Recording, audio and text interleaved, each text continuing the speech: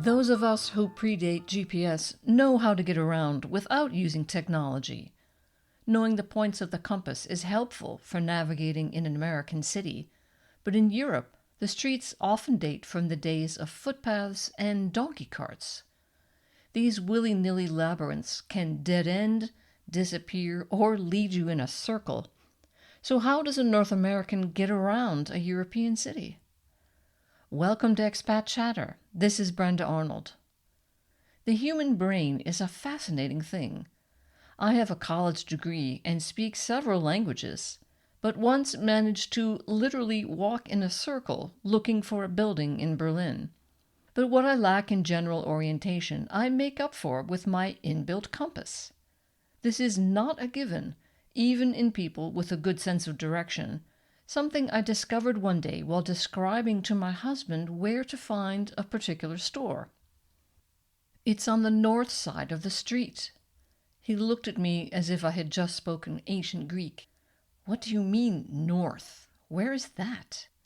I couldn't believe he didn't know the points of the compass. He, in turn, couldn't believe that I did.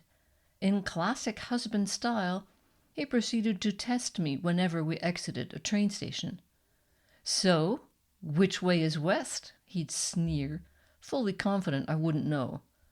I'd sniff the air and point. That way.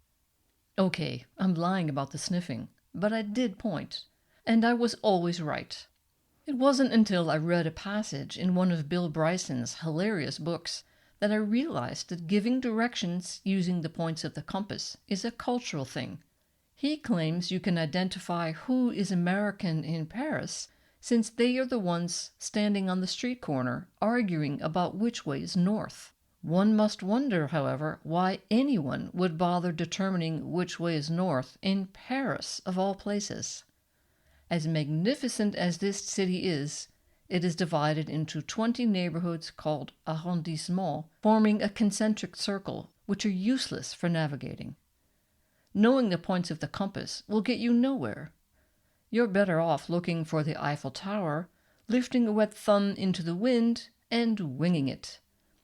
At least that's what I do, and it only takes me a day or two to find my way back to my hotel. And I suppose if you're in Paris searching for the river without success, you wind up senseless. In the U.S., it is common to give directions using the points of the compass, and they are often indicated on street signs or even in the names of the streets themselves. I can still hear my father's voice instructing me to do things like head north on 271, then west on I-90, etc. American urban planners did not hesitate to demolish neighborhoods to make way for highways to render cities car-friendly. This contrasts sharply with the city centers of old European cities or towns. In Germany, they were up to 90% destroyed in the war, but planners reconstructed most of the old buildings to preserve the city's heritage. When I lived within the limits of what used to be the old city wall of Munich, I would get stopped on the street by drivers of cars, cruising slowly past, trying desperately to find their way around. Even though I knew the streets well, I still found it nearly impossible to give useful directions through this labyrinthine maze. Take a left at the next fork down a cobblestone road, but just before it ends, turn down the little side street. After that, you just have to, I think there's a sign. As they drove off, I would say 3 Hail Marys, hoping that a few holy words would make up for the complete lack of useful instructions I had given them. No, I'm lying about the Hail Marys too, but you get the point. It is dizzying to find your way through the tangle of one-way streets that twist, turn, and often simply disappear completely without warning. Points of the compass serve no purpose in such a setting. Now that I live safely outside the old city, free from the burden of hapless motorists, the directions problem only comes up on vacation. Walking around Berlin once with my daughter, I squinted up at the sun to figure out which way we needed to walk. When she realized I was trying to use the sun for orientation, She was aghast.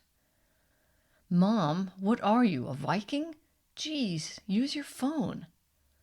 A classic Gen Z boomer clash. Admittedly, it was a cloudy day, so I was struggling to even see the sun, and was wondering just at that moment how the Vikings managed on cloudy days at sea. Did they play cards until the sun came out? Or maybe they used the downtime to create and memorize those famous Viking sagas. I didn't have an answer, so I gave up, turned away slightly, and tried peeking at my phone secretly, but my daughter caught me in the act. At least we found our way. Just as well, since the sun didn't come out for days afterward. No wonder old Viking stories go on forever. Thanks for listening, and if you liked the podcast, why not forward it to a friend? Thanks so much, and see you next time.